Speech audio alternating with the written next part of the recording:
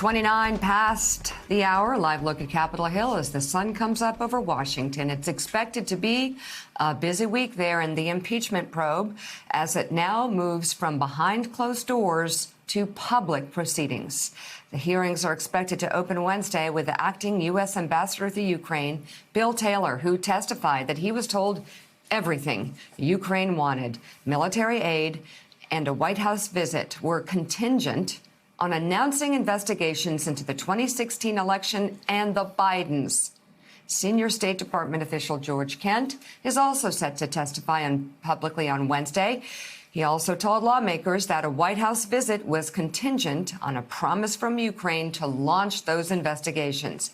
And on Friday, ousted U.S. Ambassador Marie Yovanovitch is expected to testify.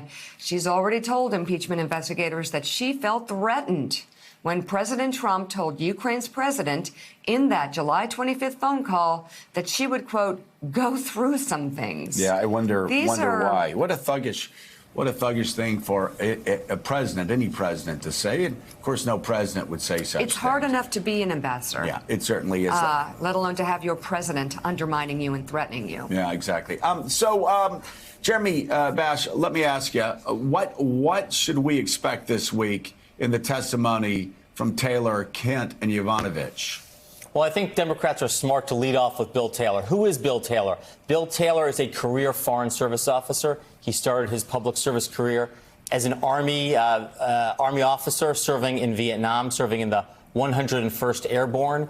He's got combat experience. He's devoted his life to public service. He's served every president, Republican and Democrat, since the 1980s. He's not a political figure. In fact, if anything, he was recruited by this administration, by Secretary Pompeo earlier this year to come over and take back his old job as the president's envoy to Ukraine. So he's not a never-Trumper. He's not a Democrat. He is a career public service official. And what I think he's going to say, and I think he's going to say very clearly, is, look, I was there. I was in the discussions.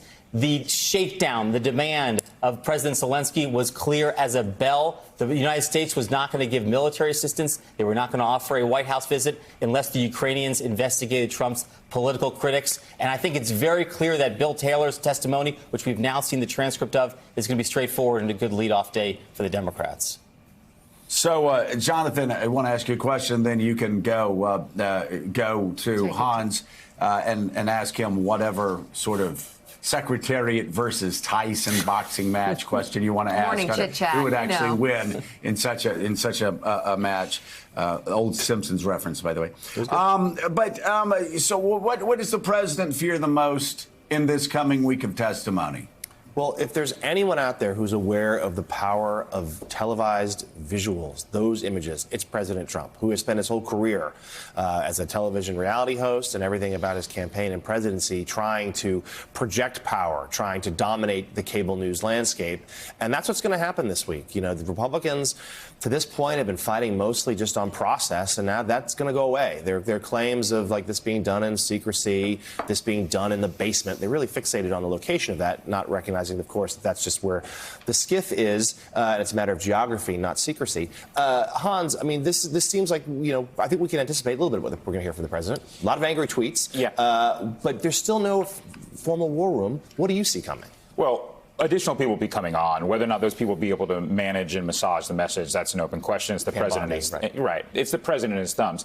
I think we had something significant late Saturday night from the president's Twitter feed, and that is he directly seemed to be attacking Marie Yovanovitch, all but called her a lawyer. Now, before, his line on Yovanovitch was that, oh, she sounds like a nice lady. She's, you know, in the past, he's generally talked about all these witnesses being never Trumpers.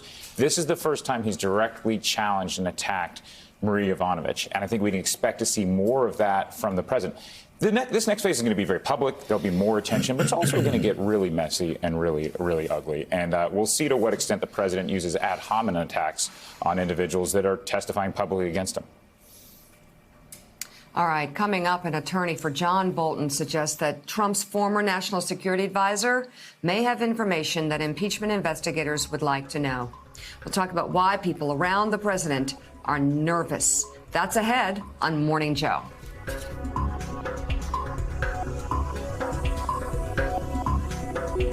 Thanks for checking out MSNBC on YouTube, and make sure you subscribe to stay up to date on the day's biggest stories. And you can click on any of the videos around us to watch more from Morning Joe and MSNBC. Thanks so much for watching.